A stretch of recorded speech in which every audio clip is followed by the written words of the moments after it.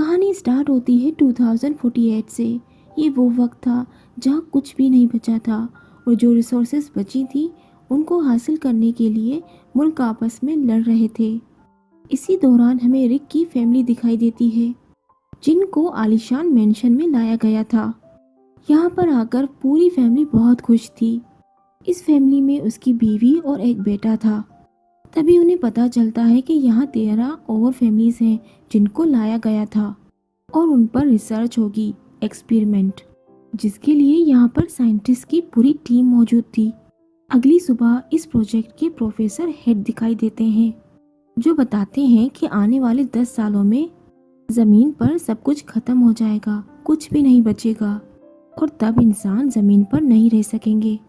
और उस वक्त हमारे पास एक रास्ता है और वो है टाइटन, जो कि ज़मीन के बाद रहने वाला एक दूसरा जरिया है और ये एक बहुत बड़ा चांद है।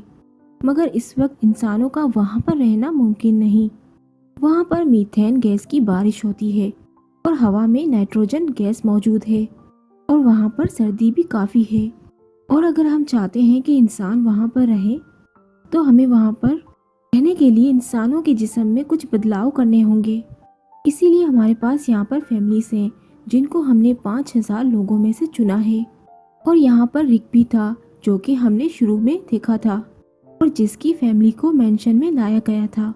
और रिक ने कहता है कि हम सब यहाँ पर अपनी मर्जी से शामिल हुए हैं। इसके बाद डॉक्टर इसे अपने साथ ले जाते हैं और उसे इंजेक्शन लगाते हैं और उसे बताया जाता है कि एक हफ्ते में उसे बहुत सारे इंजेक्शन दिए जाएंगे जिससे इसके जिस्म में बदलाव होंगे और उसका जिस्म ऑक्सीजन से ज़्यादा नाइट्रोजन भी हासिल करेगा। जब रिक के घर में पार्टी थी तो उसकी बीवी, जिसका नाम एबी था, उसने बहुत ज़्यादा शराब पी ली थी और उसके बाद इसकी तबीयत खराब हो जाती है। रिक जब अपनी बीवी को ऊपर ले जा रहा था तो वो देखती है कि रिक को तो बहुत तेज़ बुखार है। उसके बाद जो भी फैमिलीज थी उनको एक एक करके एक्सपेरिमेंट के लिए बुलाया जाता है और उन्हें पानी के पूल के पास लाया जाता है, ये देखने के लिए कि कौन कितनी देर तक पानी में बिना सांस लेकर रह सकता है। सब एक एक करके जल्दी बाहर आ गए थे मगर रिक और एक और लड़की 40 मिनट तक पानी के अंदर बैठी रहते हैं। 40 मिनट के बाद लड़की का दम भी घुटने लगा था।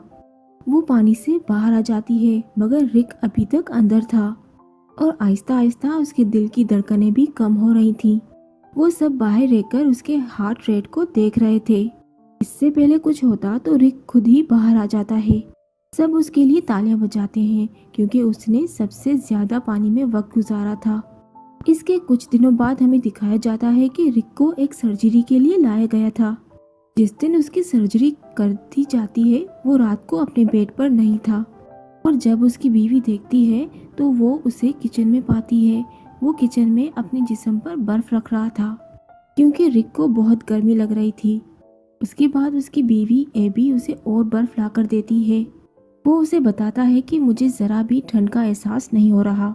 इसका मतलब ये था जिन लोगों का टाइटन पर बेचने के लिए तैयार किया जा रहा था तो रिक पे वैसा ही असर हो रहा था क्योंकि टाइटन पर बहुत ठंड थी और वहाँ पर ऐसे जिस्म की ज़रूरत थी जिसको ठंड का बिल्कुल भी एहसास ना हो। मगर इनको सबसे बड़ा सामना मीथेन और नाइट्रोजन गैस का करना था। इन सबको मीथेन गैस के साथ पानी में तैरने का कहा जाता था। खास ही इनको खास किस्म के मास्क पहनाए जाते हैं जिससे नाइट्रोजन बढ़ता है और ये मास्क पहन के बहुत तेज़ी से भागते हैं क्योंकि इनको टाइटन के लिए तैयार किया जा रहा था। इसी तरह बहुत सारे दिन गुजर जाते हैं। एक दिन रिक बाथरूम में था तो वो देखता है कि उसे हेयर फॉल हो रहा है क्योंकि उसके बाल बहुत ज़्यादा तेज़ी से उतर रहे थे। यहाँ पर एक और भी लड़का था, उसके साथ भी यही सेम हो रहा था। वो सब समझ गए थे कि ये जो कुछ भी उनके साथ हो रहा है वो उन एक्सपेरिमेंट और दवाइयों की वजह से हो रहा है जो इनको टाइटन पर भेजने के लिए किया जा रहा था। तभी वहाँ एक लड़की की मौत हो जाती है और उस लड़की को मरते हुए सब परेशान और हैरान हो जाते हैं। सब डर गए थे क्योंकि वैसी ही दवाइयाँ उन्हें भी दी जा रही थी और अब उनकी जान को भी खतरा था। रात को सब जब रिक के घर पर जमा थे, ये लोग इन सब के बारे में बात कर रहे थे। तभी इनका एक दोस्त बहुत ज्यादा गुस्सा करता है और अपनी बीवी पर भी हमला कर देता है। दरअसल जब से इस पर एक्सपेरिमेंट किए जा रहे थे तभी से उसके साथ ऐसा हो रहा था। ये देखकर सबके सब परेशान हो जाते हैं। अगली सुबह डॉक्टर रिक के घर आती है। वो रिक को बताती है कि जो लड़की मर गई थी वो पहले से ही बीमार थी। उसको दरअसल पहले ही एक बीमारी थी, इसी वजह से उसकी मौत हुई है, ना कि कोई एक्सपेरिमेंट से। पर रिक समझ गया था कि कुछ ना कुछ गड़बड़ है। उसी रात रिक को उल्टी होती है, उसमें खून आ रहा था। उसकी बीवी उसका ब्लड सैंपल लेती है क्योंकि एबी भी एक डॉक्टर थी। अगले दिन रिक को दिखाया जाता है जो पानी के अंदर था। उसकी स्किन भी उतरने लगी थी। वो इस बात से काफी डर चुका था। उधर एबी उसके खून का सैंपल लेकर लैब में जाती है। जब वो उसको टेस्ट करती है तो उसे पता चलता है कि रिक के जिस्म में ऐसे बहुत सारे केमिकल शामिल किए गए हैं जिनके बारे में पहले नहीं बताया गया था। एबी इन सब चीज़ों के बारे में प्रोफेसर हेड से बात करती है, लेकिन वो उसे कुछ भी नहीं बताते। अब रिक की आंखों का ऑपरेशन जाता है ताकि वो अंधेरे में भी देख सके। रिक जब वापस घर आता है तो उसकी आंखों से खून बहने लगा था। उसे हॉस्पिटल लेकर आते हैं। एबी दोबारा से उस प्रोफेसर हेड से बात करती है, लेकिन वो उसकी किसी बात का जवाब नहीं देते और चले जाते हैं। एबी जब घर आती है और देखती है कि पहले जो आदमी था जिसे गुस्सा आया था, अब वो और भी ज्यादा गुस्से में था। उसने अपनी बीवी को भी मार दिया था, इसीलिए मिलिट्री के लोग आए थे उसे लेने। अब एबी को ये महसूस हो रहा था कि उससे बहुत सारी बातें छुपाई गई हैं। वो रिक का कार्ड लेकर उसी जगह जाती है जहाँ रिक की फाइल्स को रखा गया था जिन पर एक्सपेरिमेंट किए जा रहे थे। ये जब वहाँ चेक करती है तो उसे पता चलता है जिस लड़की की मौत हुई थी और जिसके बारे में बताया जा रहा था कि उसकी मौत किसी बीमारी की वजह से हुई है, लेकिन उसकी मौत तो इन्हीं एक्सपेरिमेंट की वजह से हुई है। उधर एबी प्रोफेसर के हेड को देखती है जिनकी बात नासा के लोगों से हो रही थी। वो इन पर इल्ज़ाम लगा रहे थे कि उन्होंने इंसानों पर ऐसे तजर्बे किए थे जो सरासर गलत हैं। अब उनको जल्दी ये बंद करना होगा और उन्हें सज़ा भी होने वाली है क्योंकि उनके खिलाफ केस दर्ज हो चुका है। अगले दिन प्रोफेसर रिक के घर जाते हैं और उसे कहते हैं कि उन्होंने ये एक्सपेरिमेंट इसलिए किए थे कि वो लोगों को टाइटन पर बेच सकें। वो कहते हैं कि मैं खुद भी नहीं जानता कि इसका अंजाम क्या होगा।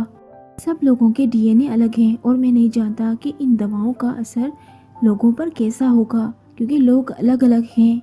मगर हाँ, रिक एक ऐसा इंसान है जिस पर इन सब एक्सपेरिमेंट का असर नहीं हो रहा और तुम्हारा जिस्म इन एक्सपेरिमेंट को बर्दाश्त कर सकता है और तुम्हारे अंदर अलग तरीके से तब्दीलियां हो रही हैं। वो कहते हैं कि अगर सारे एक्सपेरिमेंट कंप्लीट हो जाएंगे जिन पर एक्सपेरिमेंट हो रहे हैं, उनका जिस्म टाइटन पे रहने वाले जिस्मों में से एक हो जाएगा और इन्हें होमो टाइटन कहा जाएगा। मगर हम नहीं जानते कि कौन कैसा होगा क्योंकि सबका डीएनए अलग अलग है। ये सब सुनकर एबी बहुत ज़्यादा परेशान हो जाती है, मगर रिक बहुत आगे आ चुका था। उसकी आंखें की एक और सर्जरी हो चुकी थी जिससे अब वो अंधेरे में भी देख सकता था। वो पानी में भी बैठकर चीज़ों को महसूस कर सकता था। उसके बाद जितने भी लोगों पर एक्सपेरिमेंट किए गए थे वो मर चुके थे। अब सिर्फ रिक और उसकी दोस्त बचते हैं। लैब में जब उसकी बीवी एबी उसे देखने आती है तो वो देखकर हैरान रह जाती है। उसके सर पर एक भी बाल नहीं था और ना ही उसके कान थे। जब एबी और अपने बेटे को देखता है तो उन्हें पहचान लेता है, लेकिन उनसे बात नहीं करता क्योंकि उनकी एक्सपेरिमेंट की वजह से वो लो फ्रीक्वेंसी यानी आहिस्ता से बात कर सकता था, जो आवाज़ आम इंसान नहीं सुन सकता। उसके बाद रिक को घर भेज दिया जाता है। उसके बाद रिक की दोस्त रात को उससे मिलने आती है। उसके हाथ में खून लगा था। उसने भी गुस्से में आकर अपने हस्बैंड को मार दिया था। जब मिलिट्री के लोगों को ये बात पता चलती है तो रिक और उसकी बीवी को लेने आते हैं क्योंकि ये अब सबके लिए खतरा थे। रिक की दोस्त को मिलिट्री के लोगों ने मार दिया था, मगर रिक अपनी ताकत से सबको मार देता है और अपनी जान बचाकर भाग जाता है। रिक के पीछे एबी जाती है, उसकी वाइफ, और रिक अपनी बीवी से बहुत प्यार करता था। जब वो उसके हाथ को पकड़ता है तो उसके दिमाग को पढ़ने लगता है, जो ये उसकी नई ताकत थी। जी हाँ, रिक अब दिमागों को भी पढ़ सकता था। तभी मिलिट्री का एक ऑफिसर आता है उसने एबी के कहने पर खुद को मिलिट्री के हवाले करने का सोचा था। दोबारा से रिक को लैब में लाया गया था।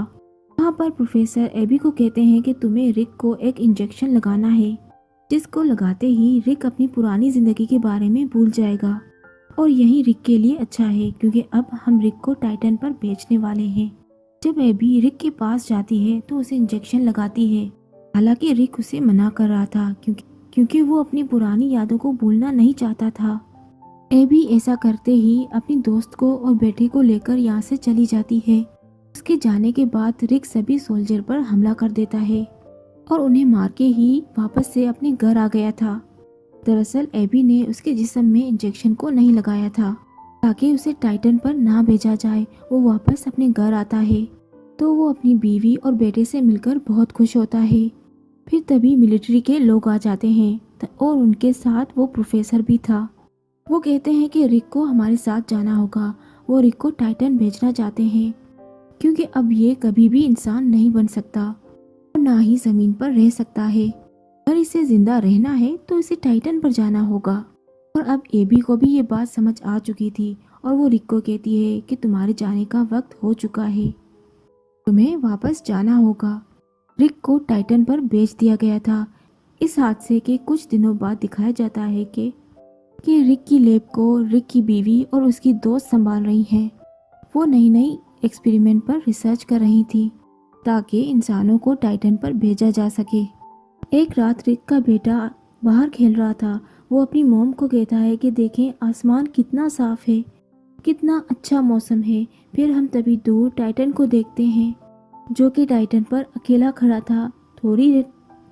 थोड़ी देर बाद वो झील में उड़ने लगता है, यानी कि वो अब इस नई दुनिया में रहने लगा था। उसको ये सब अच्छा लग रहा था और इसी के साथ हमारी कहानी ख़त्म हो जाती है। अगर ये मूवी अच्छी लगी तो इस चैनल को सब्सक्राइब करें और वीडियो को लाइक करें।